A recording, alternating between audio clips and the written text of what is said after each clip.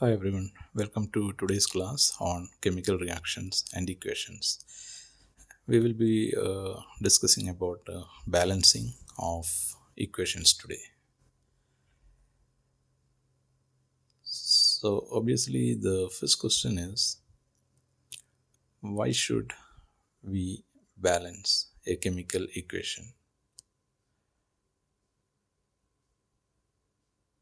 Why is it required to balance a chemical equation?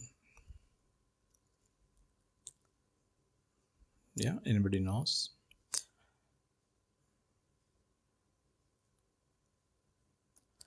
Now, in the last class, we had seen reaction, if you remember. We had made lead nitrate reacting with potassium iodide,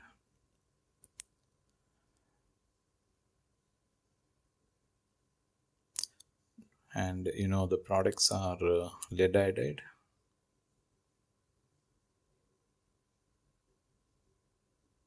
What is the color of lead iodide? Yeah, it is yellow colored. Along with the lead iodide, you also get potassium nitrate.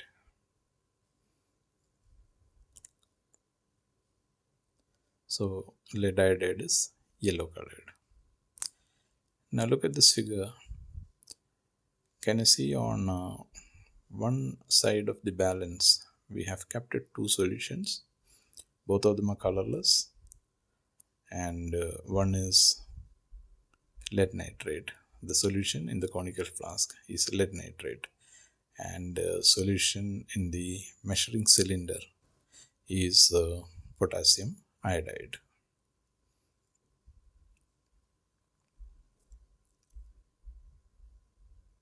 Right. So we make these two solutions react, and that means these are the reactants of this particular reaction. You know what reactants are? Reactants are the substances which react. So lead nitrate and potassium iodide are the reactants. And we found out the mass of this solution along with the containers. Container means the solution is taken in a conical flask and a measuring cylinder. Now, because of the reaction, you got a product. The product is lead iodide, which is yellow precipitate. So, along with the lead iodide, there will be potassium nitrate also. So, both these solutions are kept on this side of the balance, and so the products in this case are lead iodide and potassium nitrate. Here also we found out the mass of the products. Measuring cylinder is kept on both the sides because we have to take the containers also along with the substances. So what you can see is mass of the reactants is equal to mass of the products.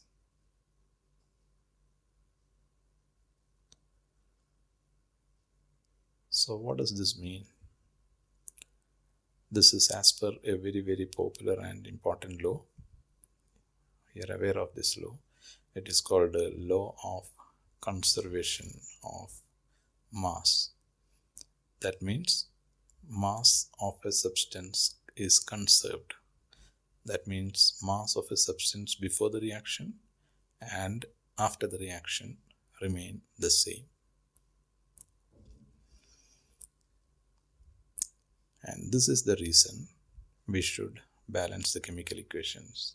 Because when you balance the chemical equations, we make the number of atoms on both the sides same.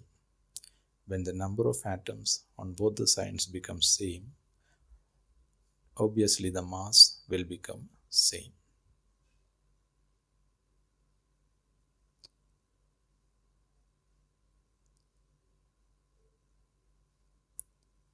Now let us see how would we make the mass same on both the sides. As you already understood, mass of reactant can be made equal to mass of the product by making the number of atoms of both the reactants and the products same. So this is something very, very important. We are making the number of atoms the same. This number of atoms is very, very important. So every time we will count the number of atoms, we will not count number of molecules or number of uh, radicals or anything else. We will always count number of atoms. So number of atoms of reactants must be equal to number of atoms of the products. So this is how we make mass of the reactants equal to mass of the products. So this is the meaning of balancing of equations. So let us take an example to understand as to how we actually go about it. One reaction we had seen in the last class was reaction between magnesium and oxygen. Let us take this example and understand how and what method we use to balance the equation. So method of balancing the equation we will learn by taking an example. So magnesium reacts with oxygen to produce magnesium oxide. So we first write the skeleton equation of this reaction. Skeleton means only the reactants and the products. So what will be the skeleton equation of this reaction? Formula of magnesium. So we are first writing the reaction in words. Magnesium is reacting with oxygen to produce magnesium oxide.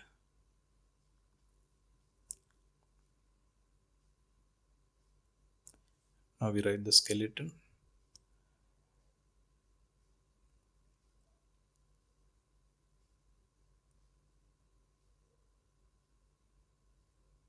So it will be Mg plus oxygen is O or O2? It should be O2. Gives magnesium oxide. Why should oxygen be O2?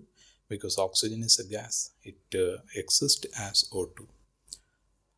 So it's very, very important that we write the formula of all the substances correctly. Otherwise, we won't be able to balance the equation. So something very, very important. We have to write all the formulas correctly. Most important is write the formulas correctly. If the formula is written wrong, we won't be able to balance the equation, or the balancing of equation will go wrong for sure. So formula must be correct, both the reactants as well as products.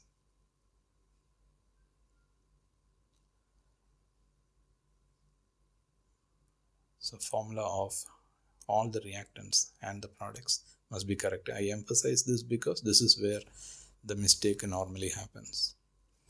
So let us write the skeleton equation. Mg plus O gives MgO. Is this right? Obviously it is wrong because oxygen is not O. The formula of oxygen is O2. So we cannot write oxygen as O. So we need to write the correct formula every time. So what is formula of oxygen? It is O2.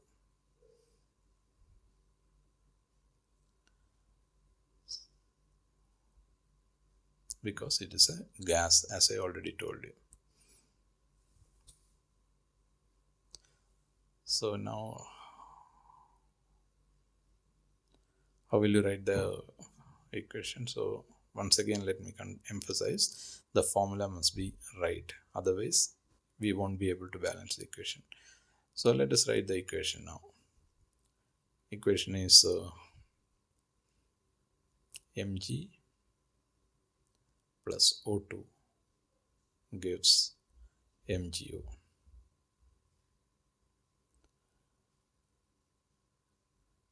Now let us count the number of atoms of all the reactants and all the products.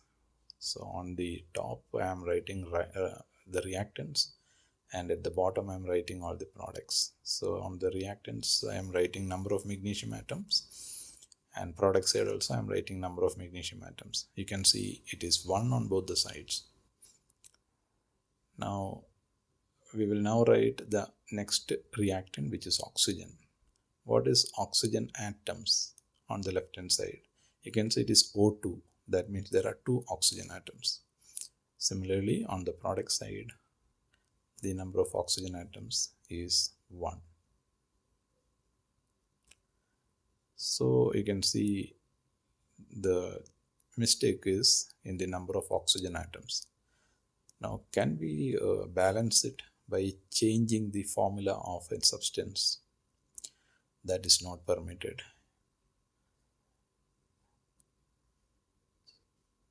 So to balance the equation, we have to make the number of atoms on both the sides same. But we cannot change the formula of the substance. So can we write it as Mg plus O2 gives MgO2? That is not permitted. We cannot write wrong formula. So all these are very, very important. Initially, it is important that you understand all these basics. We cannot change the formula of a substance.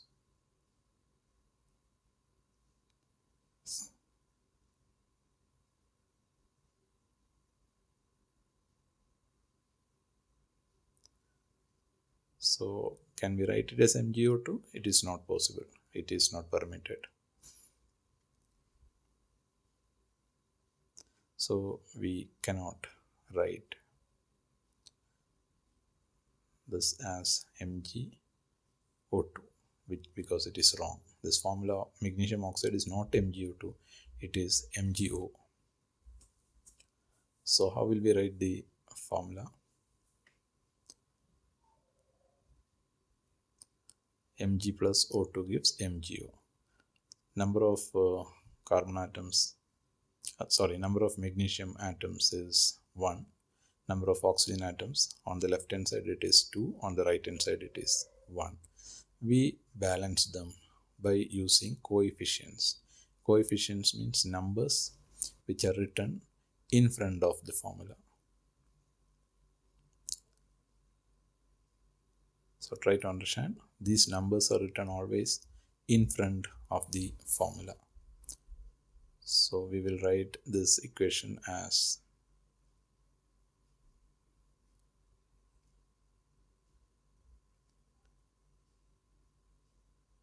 Mg plus O2 gives MgO. Now to balance the number of oxygen atoms,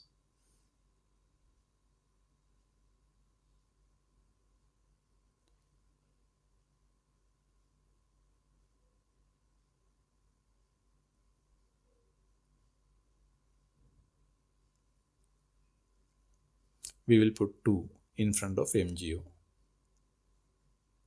On the top we have written reactants, on the bottom we have written products. So we will put a 2 here in front of MgO. So it will become Mg plus O2 gives 2 MgO.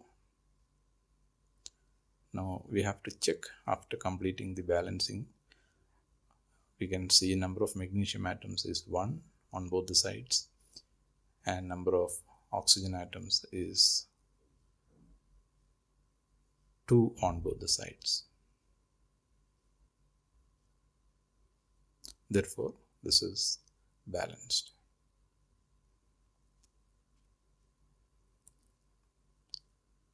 Let us take another example to understand the balancing.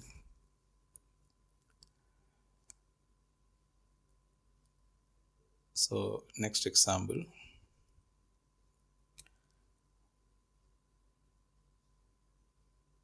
what happens when methane is burned in oxygen?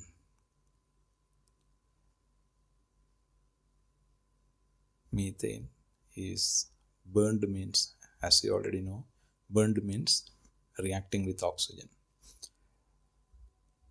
So methane reacts with oxygen to produce carbon dioxide and water. So now we will write the skeleton. Methane formula is CH4. Oxygen, as you already know, it should be written as O2. Carbon dioxide CO2 and water H2O.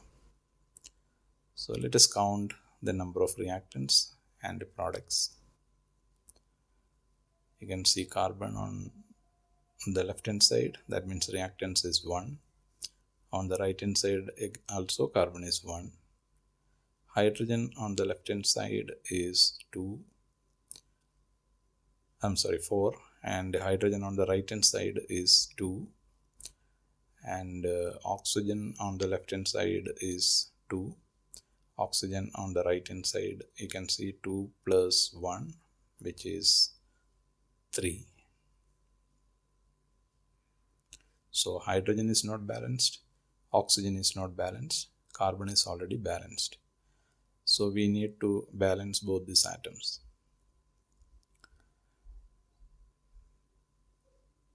So how do we do it?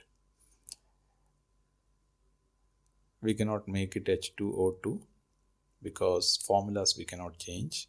We always have to write in front of the formula. So it's very easy. If you put a 2 in front of H2O, you will have 4 hydrogen atoms. Now number of hydrogen atoms became 4 on both the sides. Now let us see the number of oxygen atoms. So hydrogen is balanced now. Now let us see the oxygen atoms. On the left hand side you have 2, but now on the right hand side number of oxygen atoms became 4. So oxygen atoms are to be balanced now. So the number of oxygen atoms now changed from 3 to 4 on the right hand side. So to make the numbers same, we put 2 in front of O2 on the left hand side. So the balanced equation will become CH4. We will put 2 in front of oxygen, so it will become 2O2. As I already told you, coefficients should be written always in front of the formula. So it is CO2 plus 2H2O. Now you count the number of atoms on both the sides. So it is 1 carbon, 4 hydrogen and 4 oxygen on both the sides. Therefore, equation is balanced. So this is the procedure we follow to balance the equations. So that's all for today's class. See you in the next class.